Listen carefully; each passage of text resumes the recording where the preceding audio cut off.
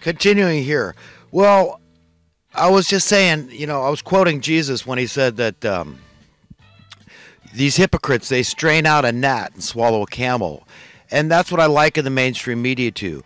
They'll pick and choose, like the grand puppeteers, that own the companies, these big media outlets where people get paid these multi-million dollars to report the news and this crap. I mean, the absurdity is legendary, okay? And these people, they get their talking points. They're giving them. And you stay on cue, okay? Or else, you lose this very lucrative job, right? But, the stuff they choose to fixate on and the stuff they choose to ignore, okay, is very suspect. And the way they go about it is very sneaky, crafty, and cunning.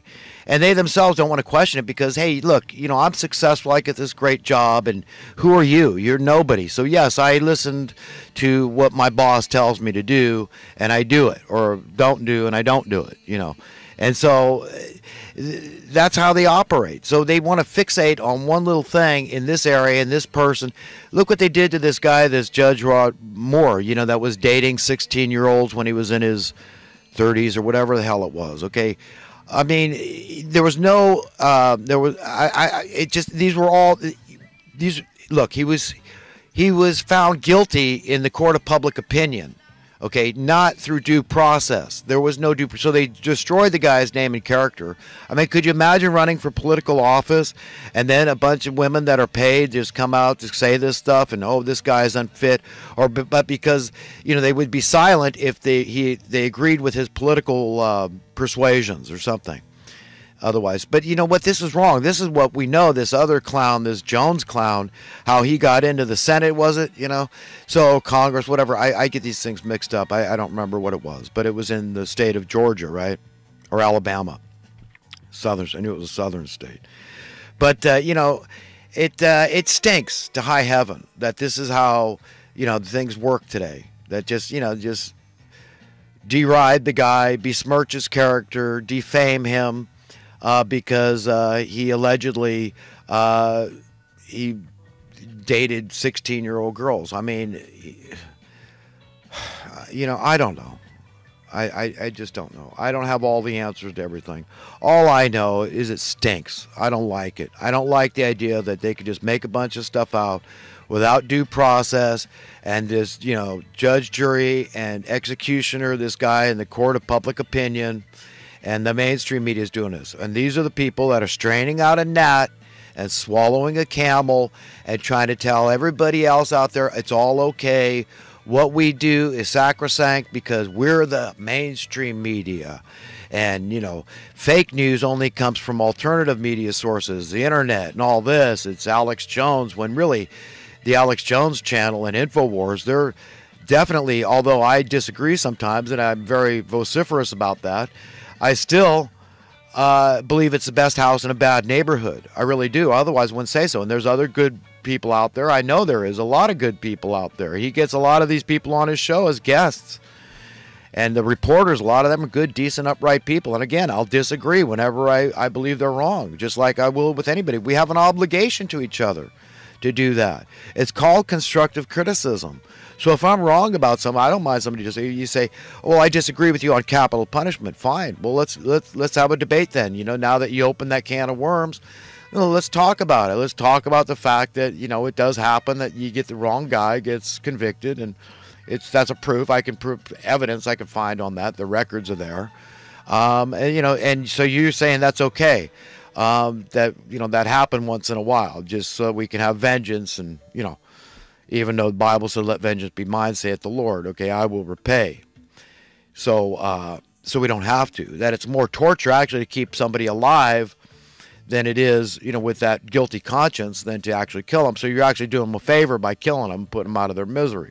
Is that right? Instead of God working on their conscience that, hey, you've murdered, but you could be saved. If you are sorry and you're repentant about that and remorseful about that, you could be forgiven. That's not what you want to, so we can have a debate where there's room for debate, okay? But when it comes to math and logic and science and stuff and economic issues I'm talking about, there is no debate. I'll silence anybody on that. I'll prove it to you where I'm right about these things, okay?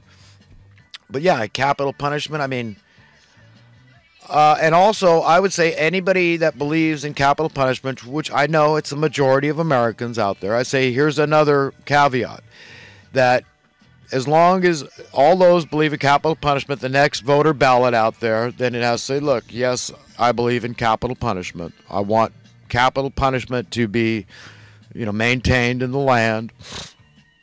You sign your John Doe there, Jane Doe. And then you also check the box that says, I am willing in a lottery to perform said execution if my name should come up. You understand? That's only fair because you don't want to make somebody else do your dirty work. How could you live with yourself? So you have to, and I know there'd be lots of people that will be willing, chomping at the bit to do the execution. I know that. I'm fully aware. I'm not their judge. God is the only judge. He owns us all. And so we got to live our lives accordingly in the things we believe, our opinions, and et cetera, because then that controls the words that come out of our mouths. What we store up in our heart and our mind comes out our mouths, and then we behave, we act on those same things. So I'm just saying it's very important to examine ourselves, to be introspective, circumspective, and to get a good bird's eye view, what I call God's eye view of the whole situation here whenever it comes to forming your opinions and beliefs, which are your fruits, okay?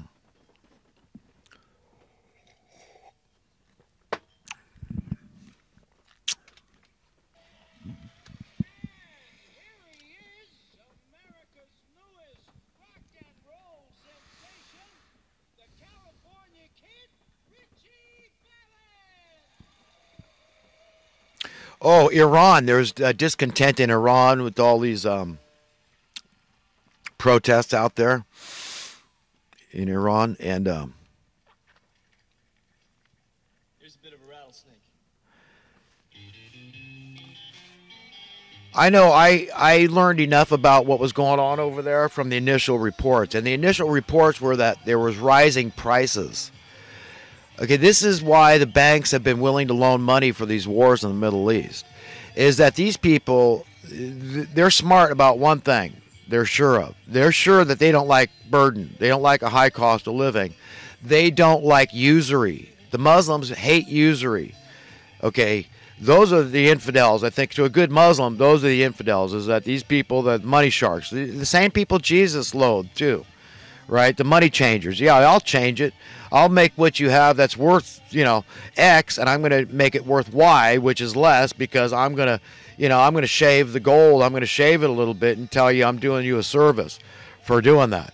And so these people don't want to go for that. They see their cost of living going up. They don't care that it's not through taxes. They don't care. They know the effect is the same, whether the extra burden they got to give toward the government agencies or they got to give to private agencies. They don't care.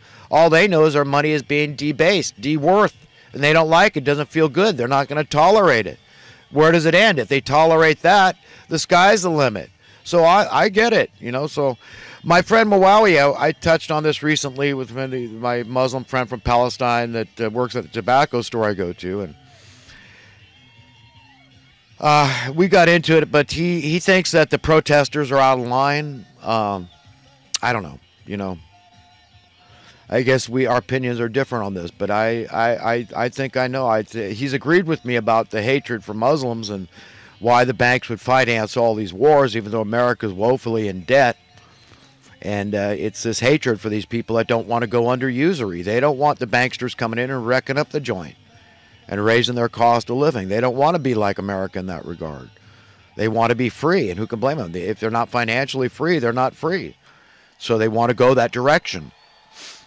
They want to understand that's progress. Yeah, like we all ought to understand that's progress.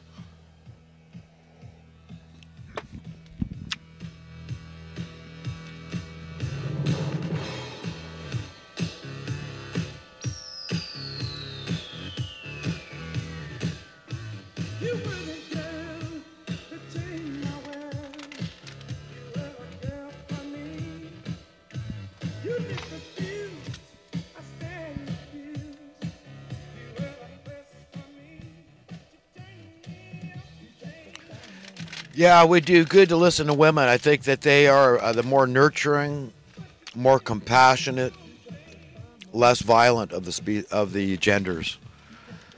So, I just think we all ought to chew on that idea that they get less suicides. Look, it's like 4-1 or something, and that's been the case for a long time. So, yeah, of the genders, they're definitely advanced. I love them. I mean, I'm glad I'm a man, but as a man, I tell you what, I sure appreciate women to the max that I can, and I like them a lot, man.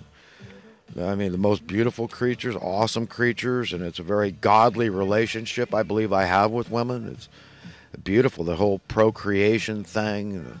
They're orgasmic, man. They're climactic. They're just, they're like magic. They're just awesome creatures, and I exalt women, and I think that exalts men at the same time. That by exalting women, men, that's the way to exalt yourself too, because we're awesome creatures too. I know. Like I said, I'm happy, fully satisfied 100% with my gender. I love being a man, and a huge part of that is so that I can appreciate women. Just like the poles on a magnet, or, the electrodes on electricity. You got the positive and the negative. It's just like that, the yin and yang thing. It's almost an irresistible force. It's the way God made it. That this attraction is an awesome, beautiful thing in his sight. That the tension and all that, it's just awesome, man. It's beautiful, beautiful, beautiful. Very pleasurable thing, this instinct, the procreation thing, and how women are a critical, key component of that. That without them, there would be no procreation. There'd be no orgasmic aspect, climactic aspect for any men, as far as I'm concerned. Gay or not, you still came out of a woman, and it's because some guy liked women, made you. So, but anyhow, enough said about exalting women, and that's a way for men to exalt themselves too.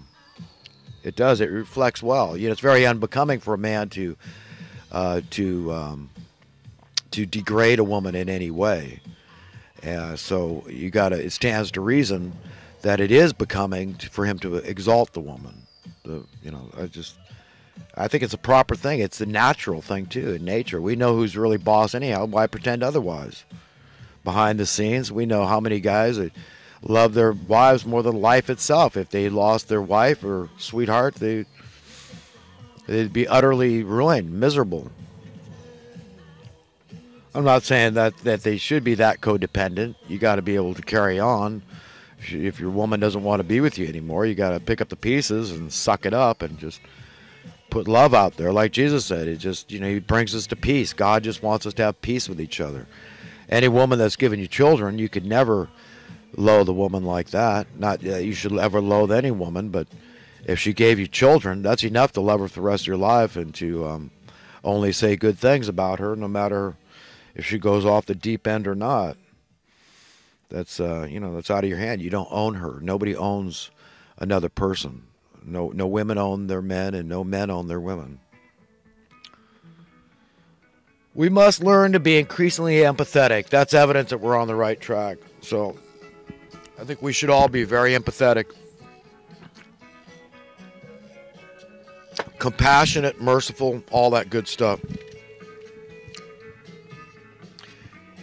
And learn to use our God-given consciences more often. Just depend on that for, adopting the beliefs we want to have and behold. Because those are our fruits, our opinions and stuff like that. And just coming out of confusion, coming out of ignorance, and coming to that cool, clear, clean water that God says you can come into, logic and reason. 2 + 2 = 4, that kind of scene, man. We need God, and we need to not shy away from that notion. We got the big push, this legalization of pot now in California. You know what? I'm comme ça about this issue. I really don't care if it stayed the way it was for the rest of my life, okay? And all these people making a big deal, they all want to make a fortune, and they think they're just so altruistic. Oh, it's just going to save humanity that we're all going to be smoking pot. It's a bunch of bull, man. Okay? Honor God, not weed. Okay? It's just a freaking plant. It's just another one of the plants that God put on the earth. As far as we know, God put it on the earth. And yes, it has some medicinal qualities, But making a big deal out of it, in my mind, they should have always just treat it like broccoli. Decriminalize it, yes, of course. But who cares? And you know what? I mean, the more taboo and enticing they make this thing and make a big deal out of it, the more kids are going to be allured to it. Yeah, I'm not against kids smoking pot or drinking alcohol or doing drugs of any sort. Absolutely. But, they're making too big a deal out of it, like this is the end all, and it's going to bring in all this tax money now. That's what all it was about legalizing it.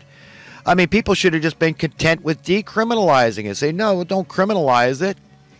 I mean, they've done studies where they showed people were actually driving more safely when they were smoking